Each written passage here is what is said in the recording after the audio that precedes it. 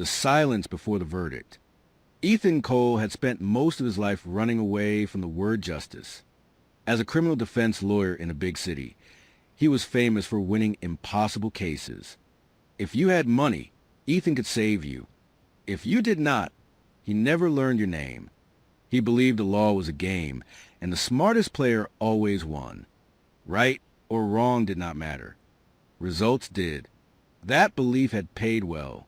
He lived in a glass apartment above the river, drove an expensive car, and wore suits that cost more than most people earned in a month. But when his phone rang one cold morning, none of that mattered.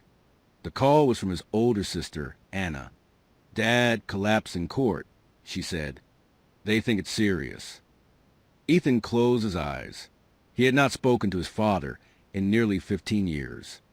His father, Samuel Cole, was a small-town judge, a strict one, a man who believed the law was sacred, not flexible. He had sent many people to prison, including, indirectly, Ethan himself. After a reckless mistake at 17, Ethan had been sent to a detention center. His father had refused to show mercy.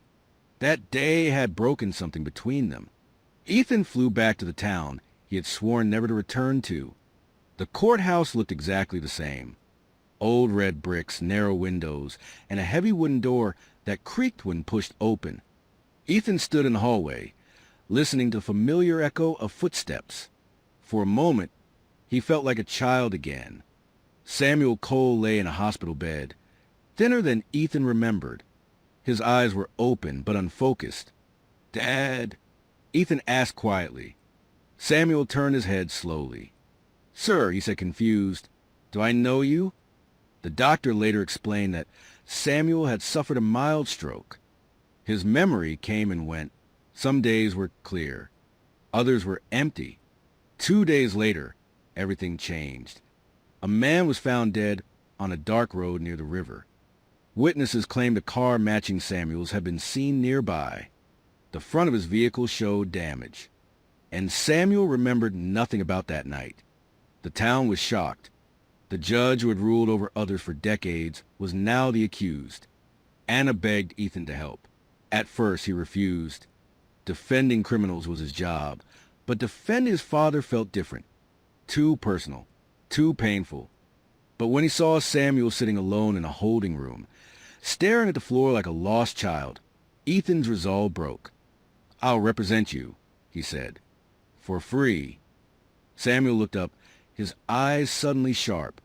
"I don't want special treatment." Ethan smiled bitterly. "You raised the wrong son for that." The case seemed simple at first. No cameras, no clear witnesses, only damaged metal, rain-soaked roads, and a dead man with a violent past. The victim, Lucas Reed, had been in and out of prison. Years ago, Samuel had sentenced him lightly, believing in second chances. Weeks later, Reed had assaulted someone again. That mistake had haunted Samuel ever since. As Ethan dug deeper, doubts grew inside him.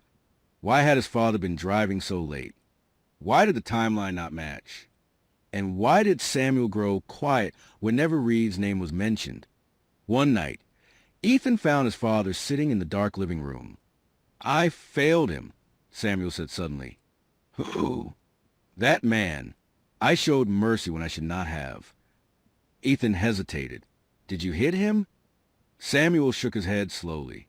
"I don't remember, and that is what frightens me most." At the first hearing, the prosecutor painted a clear picture: anger, guilt, revenge.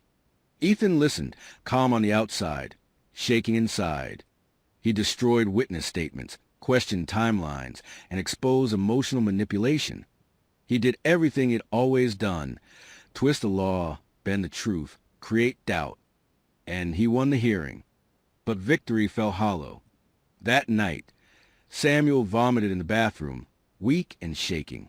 Ethan held him like a child. "I don't want you to lie for me," Samuel whispered. "I don't lie," Ethan replied. "I reframe." Samuel smiled sadly. "That's worse." Days before the final trial, Ethan discovered the truth. Medical records hidden in an old drawer showed that Samuel had been undergoing treatment that caused memory loss and blackouts. On the night of the accident, he had likely lost awareness behind the wheel. Ethan knew what this meant. He could save his father completely by revealing the illness. Sympathy, reduced sentence, maybe freedom. But Samuel refused. If this becomes public, he said, every verdict I made will be questioned. Justice doesn't belong to me. It belongs to the people. For once, Ethan snapped, think like a father, not a judge. Samuel looked at him with tired eyes. For once, think like a man. In court, the final witness was Samuel himself. Ethan guided him carefully, too carefully. Then Samuel spoke on his own. I do not know if I killed that man, he said. But I know this. The law cannot bend just because it hurts. The room was silent. The jury returned hours later, guilty of involuntary manslaughter. For years, Anna cried. Ethan stood frozen. Samuel did not look at him as he was led away.